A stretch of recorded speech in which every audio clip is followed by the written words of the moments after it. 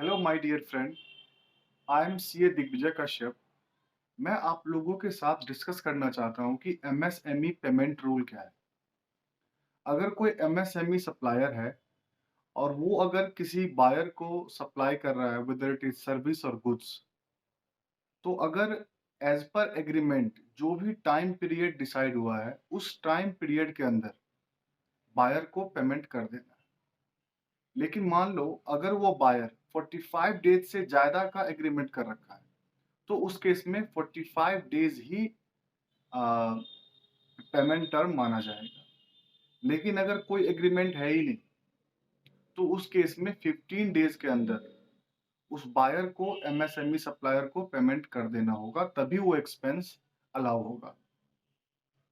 मेरे पास एक क्लाइंट आया, वो एमएसएमई सप्लायर था फ्रॉम बिहार और उसने सर्विस सप्लाई करा एक किसी कंपनी को आंध्र प्रदेश में।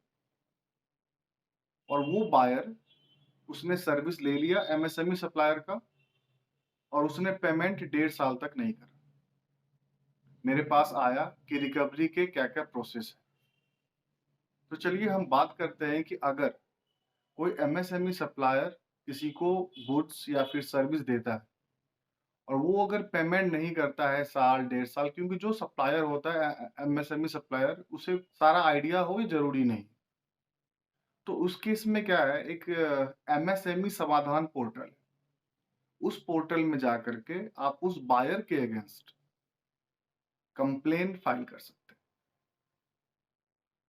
और उस केस में आप इंटरेस्ट भी रिकवर कर पाएंगे, जो कि 3 times of bank rate as notified by the RBI वो रिकवरी होगा। और ये जो इंटरेस्ट का पेमेंट वो बायर करेगा सप्लायर को, वो इनकम टैक्स में अलाउ नहीं होगा, वो डिसअलाउड हो जाएगा। Thank you.